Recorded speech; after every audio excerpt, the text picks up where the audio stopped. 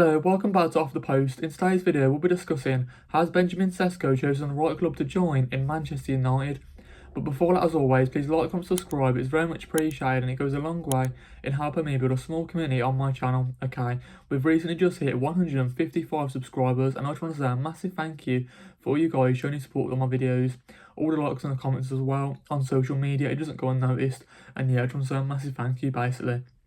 But let's get straight into the episode, shall we? Okay, Manchester United have signed Benjamin Šeško for 85 million from RB Leipzig in the Bundesliga. Now, for me, I'm a little bit unsure about the signing just because he's only scored 13 goals and got 5 assists in the Bundesliga last season. And now that's a little bit on the low side, isn't it, compared to other strikers, other forwards on this list. He's 9th in the Bundesliga for top scorers, okay? And when you've got other players in the likes of Harry Kane, Guressi, Patrick Schick, you've got Jonathan Burkhardt, you've got Omar Marmoush, you've got Hugo Ekitike. Why would Manchester United sign some of those players? Don't get me wrong, there's 3 or 4 players that have actually already left and joined other clubs in the likes of Omar Marmoush, who actually only spent 6 months in the Bundesliga last season, and he's already scored more goals than Benjamin Šeško, even though he had 6 months less than Benjamin Šeško, which is really, you know, it just shows a disappointing season that RB Leipzig had, finishing 7th in the Bundesliga. Obviously, they haven't qualified for any of the European competitions, so I think that's why they're losing some of their big stars in the likes of, you know, obviously Benjamin Šeško, Xavi Simons, and all these other types of players. So we'll have to wait and see what this player does in the league. But for me, again, it's just a bit of a weird one because yes, he scored 13 goals, he scored 21 goals in all competitions, which does help that stat out a little bit more. It is a little bit better from that point of view. But for me, I'm not too sure. He has to hit the ground running straight away, doesn't he? Because those numbers are very similar to when Manchester United signed Haaland from Atlanta and Syria. So for me, he has to hit the ground running. Otherwise, you're going to get those similar comparisons to Haaland did a few seasons ago and what he's sort of going through at the moment. Because, you know, a lot of fans are sort of kind of slowly writing him off, or very, like, really, you know, he's still a young player and they still should be a little bit more patient with Haaland. But for whatever reason, it just doesn't seem to work out for Manchester United at the moment. So, you know, the striker saga is finally over. Now they've signed Benjamin Šeško, and Manchester United are hoping that they've finally gotten that main striker over the line. Ruben Amorim, I'm not sure how he's going to use him, how he's going to fit into that system, but however it's going to do it, he's got to work, okay? Whether that's, you know, holding up the ball, bringing in players into play, running in behind, you know, running off the back of the strikers and whatnot, off the shoulder of strikers, sorry.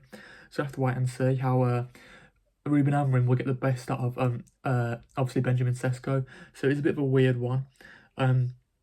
He does need to hit the ground running, otherwise he's going to get those comparisons to Haaland, isn't he? Because, you know, Manchester United need a striker that can do it right now to get them back far and up the league. They can't go another season finishing 15th, 16th in the Premier League. They just can't do it. They need to finish top half at least. For me, in my Premier League predictions, I put Manchester United in 8th. I can't really see them finishing higher than 8th, but I can't see them finishing lower than, like, I don't know, like 12th, 13th either. Obviously, you know, they've improved a lot. They've finally bought Premier League proven players in the likes of Mbeumo and Matthias Cunha, okay? Now, for me, these two are just hidden gems in the league. Obviously, they're highly rated, don't get me wrong, but I feel like they're fantastic players that sort of come in and have that front three of Manchester United evolve over the season and, you know, sort of fire them up the league, hopefully, because they need a miracle to get into that top half, don't they, honestly? And I feel like these 3 players have answered their prayers, honestly. They probably have at this point, have to at this point. Otherwise, what's going on? It's a little bit of a tricky one when you think about where's everybody going to fit now, though, because now obviously they've brought a whole new front three in Benjamin Šeško, Mbeumo, and Matthias Cunha. So it's a bit of a tricky one because in pre-season, right, they had a few games of Haaland and then there was a few games where he sort of sitting on the bench and Bruno Fernandes was playing on that false 9 position. And you know, Bruno Fernandes in front of the 2 number 10s in Bryan Mbeumo and Matthias Cunha were actually linking up quite well together, weren't they? So now when you throw in Benjamin Šeško into the mix, he's going to be starting because he's 85 million, okay? it's just a heavy price tag, isn't it? I feel like Benjamin Šeško will probably even get more scrutiny, won't he, if he doesn't, produce the goods straight away. It's a bit of a tricky one if you think about Benjamin Šeško going to Manchester United, because has he chosen the right club? Could he have developed somewhere better? Could he have developed under Eddie Howe at Newcastle United, okay? When you think about Eddie Howe and what he's done with Alexander Isak over the recent seasons and the other strikers he's had in his career, I do feel like, Benjamin Šeško would have been better suited to a Newcastle, to have, that bedding period in the Premier League, where you're at a sort of a middle table club that are fighting for Europa League, that are fighting for Champions League still. You would have got less scrutiny, less pressure on you, being at Newcastle rather than Manchester United, because Manchester United are the biggest team in the world, okay? They're global for a reason. They sell the most shirts for a reason. They have the most ticket sales for a reason, I'm pretty sure, okay? It is crazy when you think about the global aspect of Manchester United. There's going to be eyes on Benjamin Šeško every single game. I want to say, 70,000 plus eyes on you every single game, however much the stadium capacity is. I can't even remember at the top of my head. It's a bit of a weird one, because when you look at his shooting stats on FootMob, okay, his total shooting stats are pretty impressive, to be honest with you. But then when you change it to total 90 minutes, okay, it is quite disappointing, because if we just look at his stats quickly, okay, obviously he's got 13 goals, he's got 9.89 expected goals as well, XG on target 10.78, but then when you turn it to per 90, he's got 0.94 goals, which is still more than half, 63.9%, which isn't too bad. You've got 0.37 expected goals. Again, it's okay, but he should be scoring more in the league he's in at the moment. It is a little bit disappointing, especially with the team of RB Leipzig's calibre. Yes, they had a down season, but they've still probably, I want to say, fourth best team in the league, behind Bayern Munich, Borussia Dortmund, and Bayer Leverkusen for me. When you think of Benjamin Šeško as well, he's only had 2.55 shots in the Premier League, which is quite low from anybody's standards, okay? When you think about strikers, you need shots from your strikers to score goals, don't you?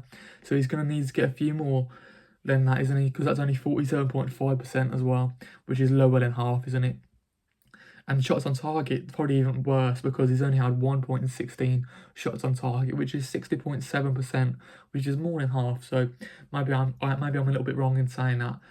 Then again, it just sounds bad. It just sounds bad, doesn't it? Only having one shot on target per game. So yeah, for me, he definitely needs to improve in his shooting and also his passing as well, because those underlying passing stats are quite bad as well. They are quite low in the Bundesliga. So hopefully Ruben Amorim can sort of get the best out of a Benjamin Šeško. However, I just think he's chosen the wrong club. I feel like he should have waited for Alexander Isak to leave Newcastle United, potentially. Obviously, been heavily rumoured to Liverpool, but then, I feel like Newcastle now are stamping their ground and sort of saying that Alexander Isak is not for sale this summer, he's not going to leave. So maybe, Benjamin Šeško has sort of, done a little bit of foreshadowing there, and he sort of realised that Manchester United might be the team to come in for him. But then how do you feel about what's going to happen to Højlund? What's going to happen to Serchi? Where does Bruno Fernandes play now? It's all a bit up in the air for Manchester United, and we've only 2 pre-season games left of the season. Is that enough to sort of figure out Ruben Amorim's starting 11 for the upcoming season against Arsenal? Okay, obviously in game week 1.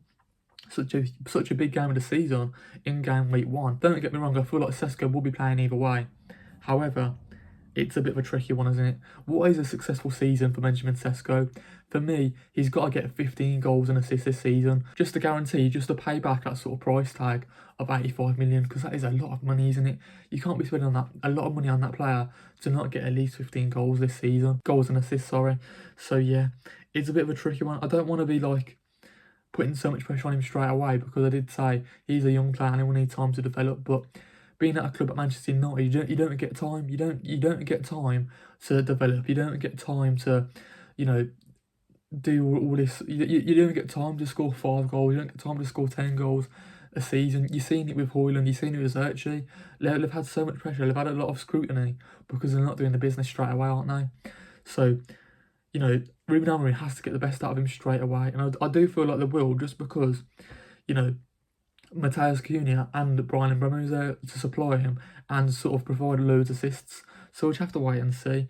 For me, when you think about Manchester United's business in the summer, you probably could have, gave Haaland one more season and sort of, forget about signing a striker and put all that money on a midfielder in the likes of a Balega from Brighton. Maybe sign him, maybe splash all your cash on a Balega because he looks like such an exciting talent. Maybe they might still get him over the line, we don't know. But it's a bit of a tricky one because I would have slashed out all your money on like two sort of good midfielders in there because for me they don't have enough legs in midfield to sort of help out defensively and to help out attacking wise as well. So for me, Benjamin Šeško to Manchester United, I'm 50-50 with the deal, to be honest. I'm not too sure. I feel like it could go both ways, couldn't it? It could be really, really good. It has high potential to be really, really good, to be a world-class player.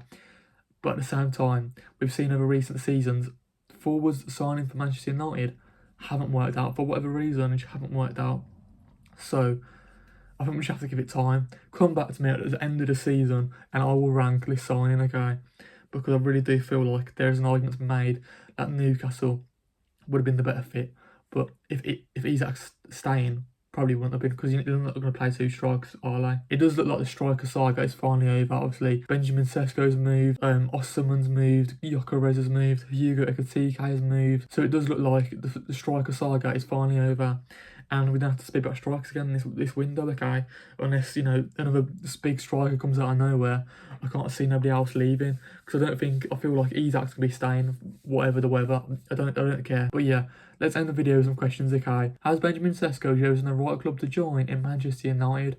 Could Benjamin Šeško develop better at Newcastle United under Eddie Howe? We just don't know. What is a successful season for Benjamin Šeško? How many goals and assists does he have to score? Does he have to hit the ground running as well?